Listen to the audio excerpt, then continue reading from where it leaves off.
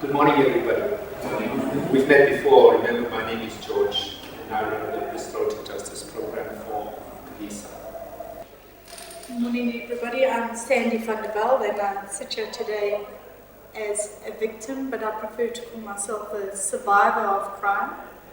And I'm here to share with you my experience and to hear something of your stories.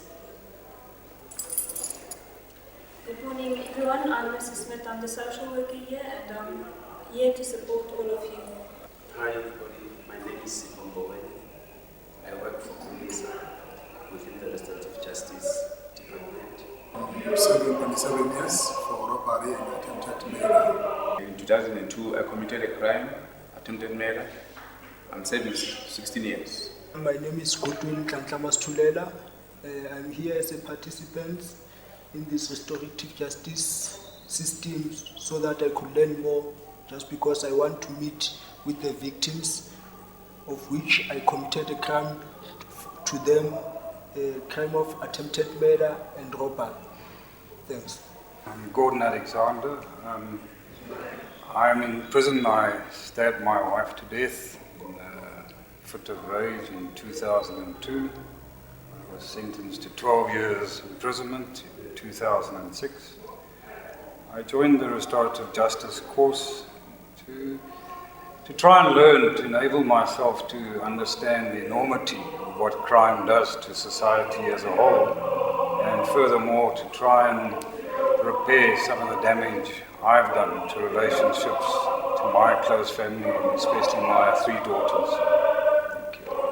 On the 1st of January 2004, we all were celebrating New Year together with my mom and dad. Little did we know on that day that the next day was going to change our lives forever.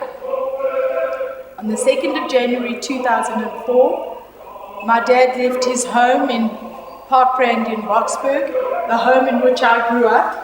He pulled out of his driveway in his microbus to go off to assist my brother, who was running a bakery business, to do some deliveries. He didn't realize that he had been followed.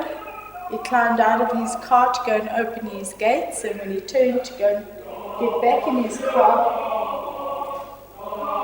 there was a car parked at the pavement in which a driver was waiting, and the other man was waiting for my dad with a gun. My dad got shot in that incident. And of course they got away with his microbus.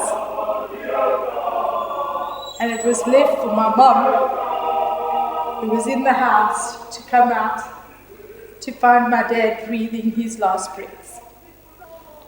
The only thing I knew to do before we left home that morning was to pray like I've never prayed in my life before.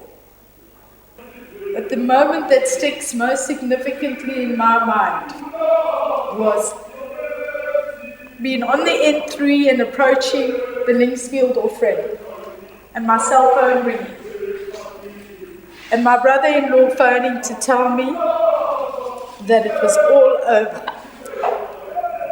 My dad hadn't made it. All I know is that I arrived there on that day, knowing that life would never ever be the same again.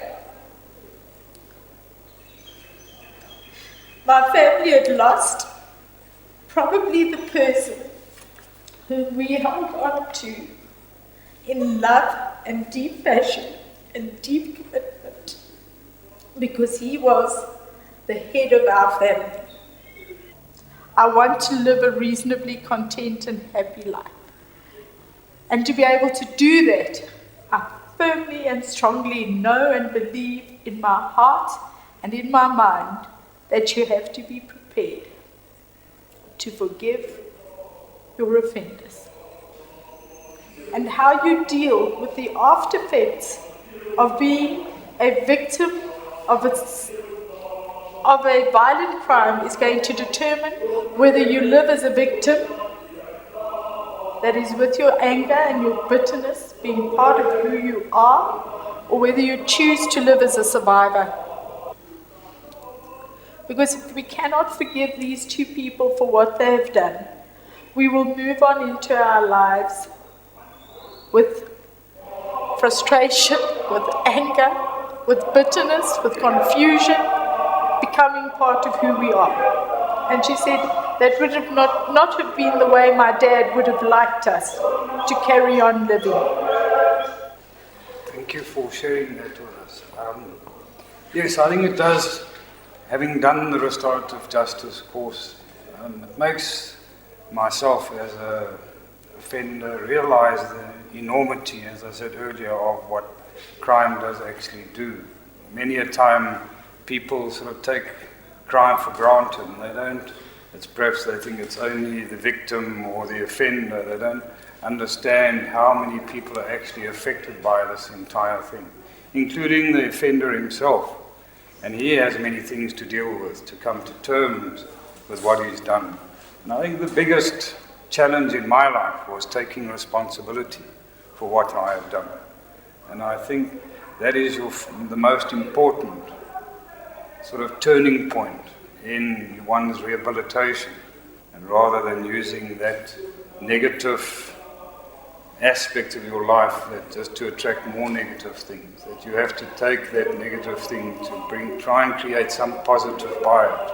Anger and bitterness is going to serve no further purpose for me, and I trust by doing this restorative justice course, that's what I want to heal, is the people that I have hurt, that they can live a life where they feel free and can at least feel happy and joyous.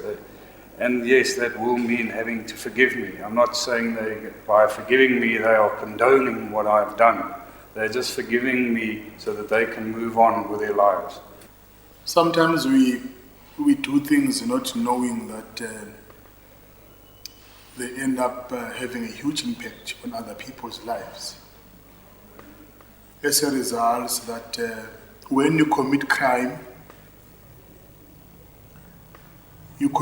with the intention that you want to get something to satisfy your needs. Restorative justice has taught me, to face actually what I did in reality. It's when I realize now that, crime is a disease that needs us, inmates, the community, the government, and everybody to fight it because of it's not worth it. It's affecting our economy, is affecting everybody, black, white, whoever. And I'm not expecting them to forgive me because of, I shot them, when I shot them, I was looking for money, not knowing that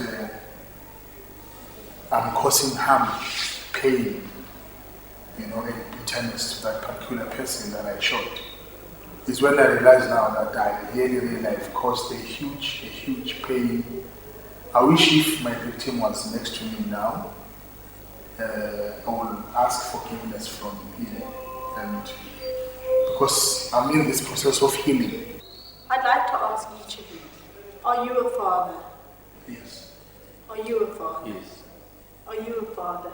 Actually, I'm not a father, and I do not think I'm fit to be a father because of what I did. I regret what I did, just because I can see that I wasn't man enough for taking a gun and shooting someone, trying to take his life.